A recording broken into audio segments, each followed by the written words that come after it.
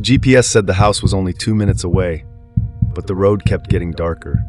No streetlights, no other cars, just trees, bending in the wind like silhouettes watching from the roadside.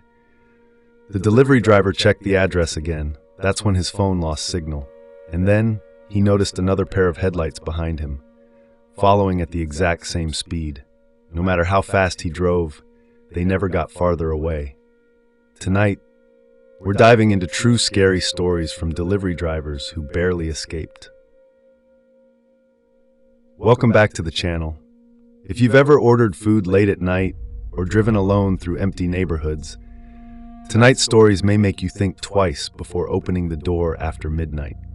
These are terrifying encounters shared by delivery drivers who found themselves trapped in situations that felt less like normal deliveries and more like nightmares waiting at the end of the road. Turn off the lights, lock your doors, and listen carefully, because some people place orders for reasons far darker than hunger. Story 1. The House with No Lights. A pizza delivery driver named Marcus had been working the late shift for almost 3 years. Most nights were boring. College students, families, drunk people forgetting they already paid online. But one order still haunted him years later. It came in at 11:47 p.m. Large pepperoni pizza, cash payment. The address was nearly 20 minutes outside town, deep into a wooded area where deliveries almost never happened. Marcus almost declined it, but the tip estimate looked decent, and business had been slow all night. So he grabbed the pizza, got into his car, and started driving. At first, the road seemed normal. Then the houses started disappearing. Streetlights vanished one by one until the only light came from his headlights. His GPS signal flickered constantly. Recalculating.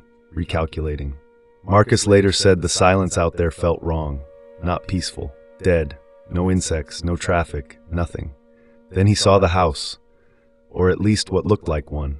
There were no lights on, no porch lamp, no parked vehicles, just a dark shape sitting at the end of a muddy driveway. Marcus stayed in the car for nearly a minute. Something about the place made his stomach tighten. But eventually, he grabbed the pizza and walked toward the front door. The wooden steps creaked beneath him. He knocked once, nothing.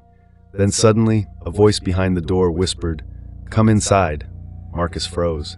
He asked if they could just come to the door instead. Silence. Then the voice repeated, louder this time.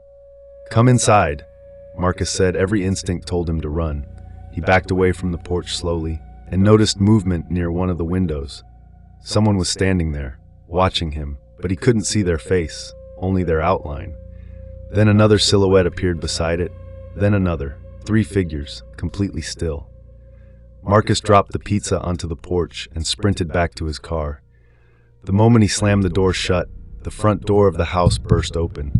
Several people rushed outside, not walking, running, straight toward him. Marcus reversed so hard he nearly crashed into a ditch.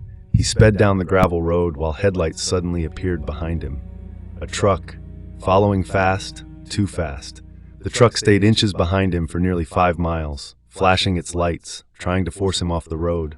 Marcus finally reached the highway, and the truck suddenly stopped. It never followed farther. When police later checked the address, there was no active resident listed there. The house had supposedly been abandoned for over 6 years. Story 2. The Woman in Apartment 14. A food delivery driver named Elena worked nights in a city known for high crime rates. She'd seen fights, robberies, even police raids during deliveries, but nothing compared to Apartment 14. The order came through just after 1 a.m. One item, bottle of water. That was it. The delivery instructions read, "Please don't knock. Call when outside." Elena arrived at an old apartment complex with most of its windows dark. The parking lot was nearly empty. Only one car sat near the entrance, an old black sedan with fogged-up windows. Elena called the customer. No answer. Again, nothing. Then her phone buzzed with a text. "Come to Apartment 14. Door is open." Something about it bothered her immediately. Drivers were never supposed to enter apartments, but she was tired, cold, and wanted to finish the order quickly. So she stepped inside. The hallway smelled damp, like mold and old cigarettes. Lights flickered overhead. Apartment 14 sat at the very end of the corridor. Its door was slightly open. Elena knocked softly, no response. Then she heard crying, very faint, a woman crying somewhere inside. Elena pushed the door open slightly farther. The apartment was dark, almost completely empty. No furniture, no television, nothing. Except a woman sitting on the floor in the corner, facing away from her, hair covering her face, still crying. Elena quietly said she had the order. The woman didn't move. Then, without turning around, she whispered, "He's still here." Elena felt cold instantly. She asked what she meant. The woman slowly raised one shaking finger and pointed toward the bedroom. That's when Elena heard breathing, not hers, someone else's, heavy, slow, inside the apartment. Then a floorboard creaked in the darkness of the bedroom doorway. Elena ran. The moment she turned toward the exit, a man stepped out from the bedroom holding something metallic in his hand. She never saw exactly what it was. She didn't stop to look. She sprinted into the hallway while footsteps exploded behind her, fast, violent, chasing her. Elena made it into the elevator just before the man reached her. The doors closed inches from his face. She said his expression never changed, no anger, no emotion, just staring. Police later investigated the apartment. Nobody was there, no woman, no man, no furniture. The apartment had been vacant for months. Story 3. The Road Without Signal. A driver named Tyler delivered groceries for extra money during winter. One snowstorm changed everything.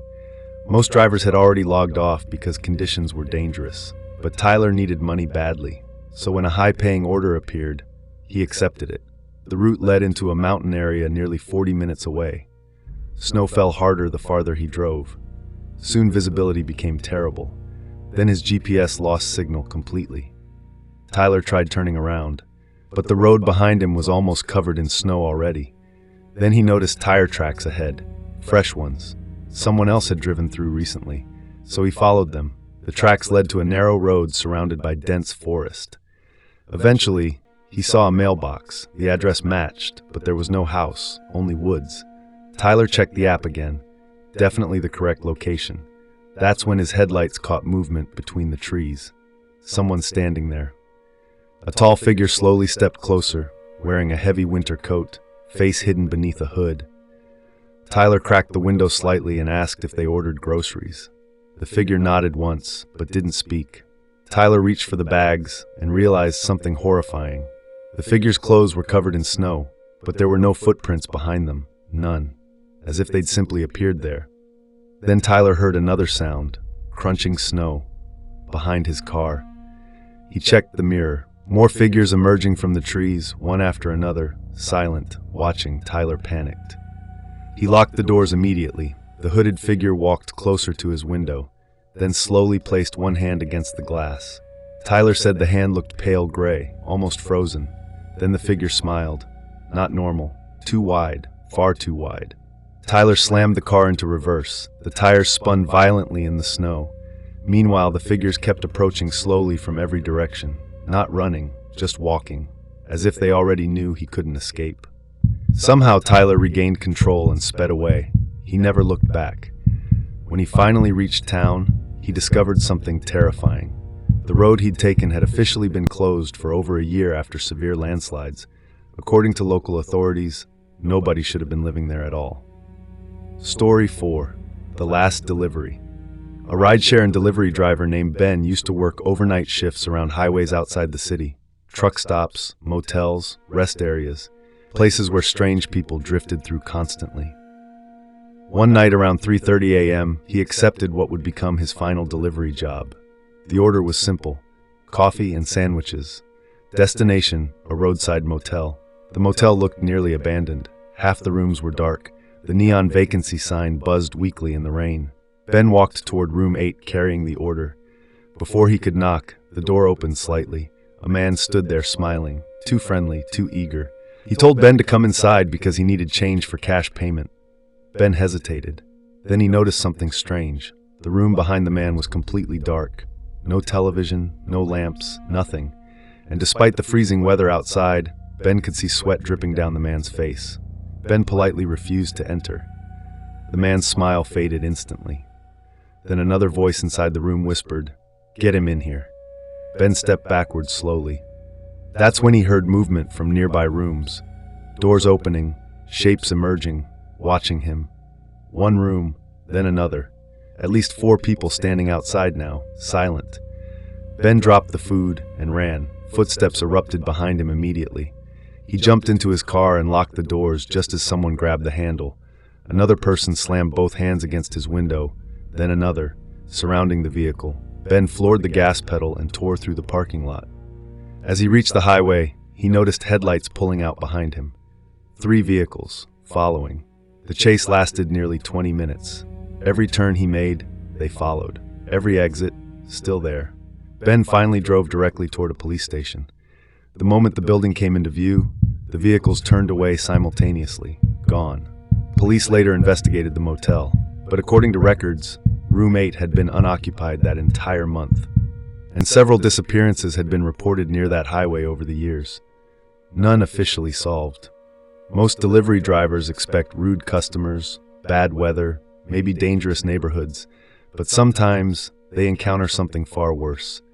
Places that shouldn't exist, people who seem to be waiting, and roads that lead somewhere no GPS should ever take you. So next time you hear a knock at your door late at night, you might wonder something terrifying. Who was really expecting that delivery? If you enjoyed tonight's stories, subscribe to the channel and turn on notifications for more terrifying true horror every week. And remember, some drivers make it home, others are never heard from again.